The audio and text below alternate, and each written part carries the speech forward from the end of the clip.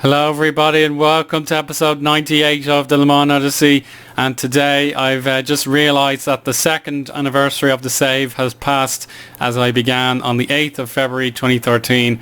We're now on Friday the 13th, so the save is now over 2 years old and we are just 2 episodes away from the 100th after this one, of course. So what do we have to talk about?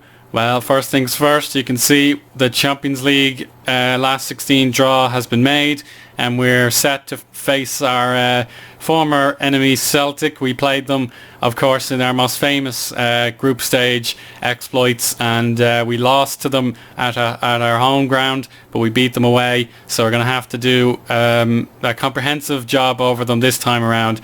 But you can see there we've got some tasty fixtures as Marseille are the other, and Monaco are also in the last 16, so that's great news.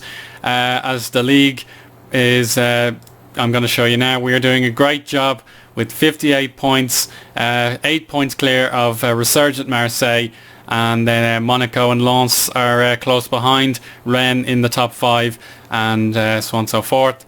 But you can see here we had a great run going since the last episode. It's been a long time since we met. It was probably, I think it was when we progressed to the Champions League, we got our job done. So lots of wins and losses, actually more wins, thank goodness. But you can see here Auxerre, a 2-1 win away from home thanks to Bernard Mohamed and Rakto Jovicic. And then Monaco, for the first time this season, had beaten us 1-0, so that ended our good unbeaten stretch. But then immediately we bounced back and defeated Marseille in a massive game. It was actually an own goal which won it for... Oh no, it was Jovanovic off the bench. Yeah, that was it. Jovanovic scoring a crucial goal off the bench. So Monaco are starting to become the new Marseille.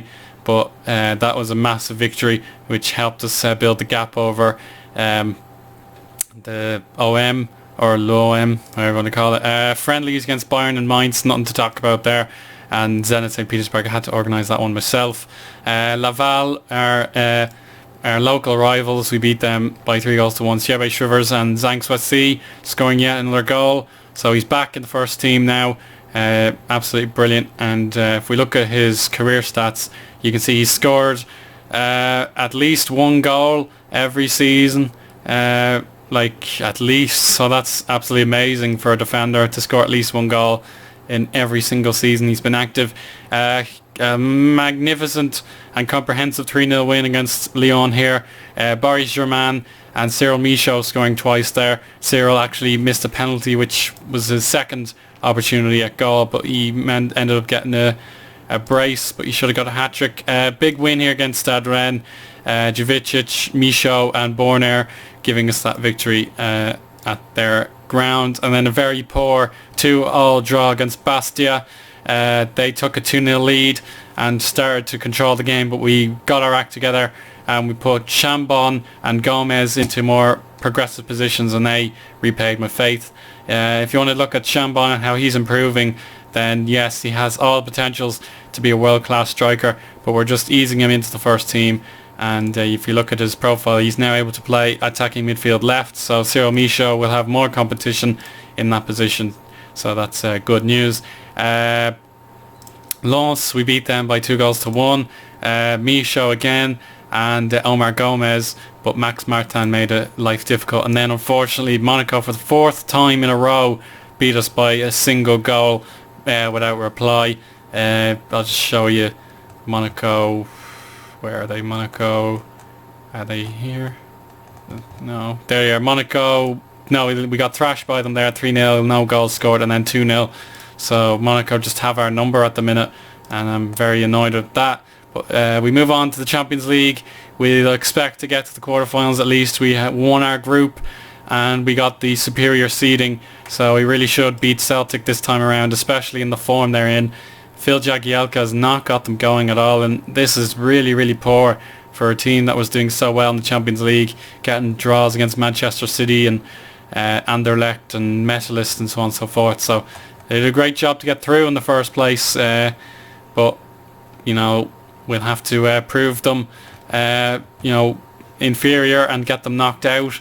But I feel bad for them if they do. but we'll have to progress in that game and move on. Let's see what else the Champions League has in store. In terms of the squad, we let a few guys out on loan.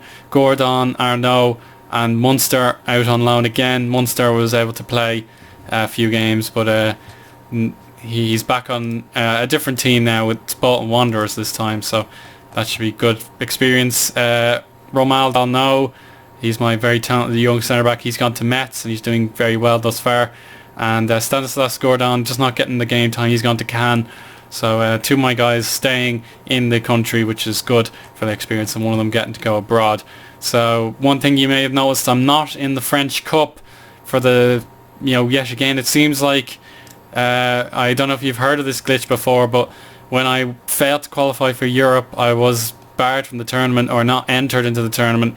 And then now I've won the league, I seem to have been forgotten as well. So it's just very weird how these tournaments are seeded. I don't know what's going on, but either way, I won't be winning the Coupe de France anytime soon if I'm constantly kicked out of it. Injury problems have been persistent. Before we go, Svetskov out for the rest of the season. I may have to cut my losses and sell him, since he's taken up a lot of wages and he's played very few games, and we don't have time for these kind of things to happen when we're trying to raise our own youth. Du Shuang was injured on international duty, but he's working his way back. So China yet again beaten by Japan in the Asian Cup. Bernard Mohammed missed the Africa Cup of Nations entirely, but he should be in good shape sooner rather than later. We'll use him to the best of our abilities.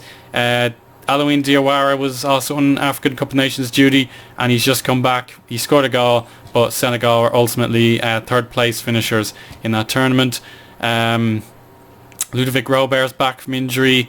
Who else? There's not been too many injury problems, but who else? Where is he? Umar Yamayogo was eliminated early in the African Cup of Nations as well.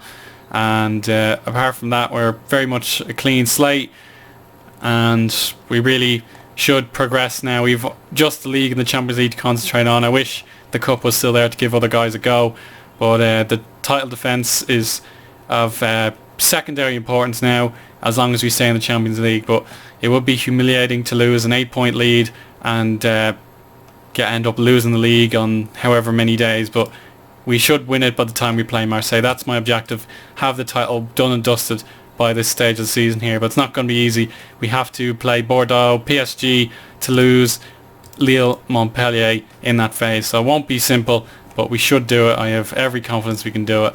And we have to really pay the bills, because our wages are very, very expensive. We're paying like 4 million a month on wages, or even 5 million.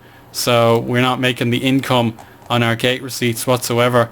So it's just very difficult to compete, because if you don't keep your players, you're not going to win any tournaments, and if you don't do well, then you won't be able to pay the bills anyway. So I'm really rueful that I'm poor with my finances, but I don't have a choice.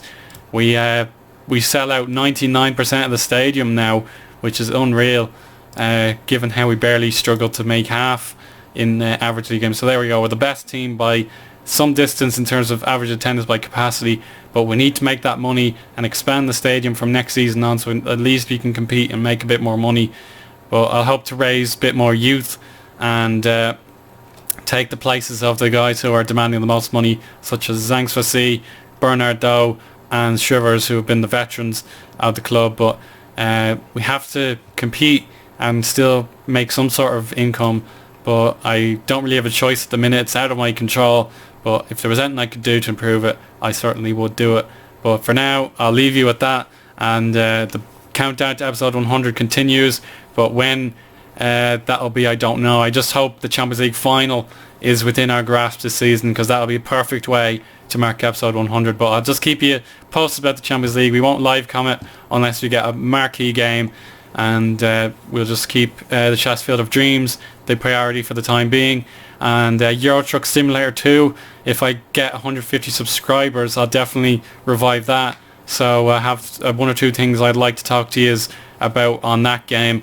and if you're interested, then give me a subscription, and we can have that video done in the next couple of days. But for now, thank you very much for watching, and I'll speak to you again soon. Bye.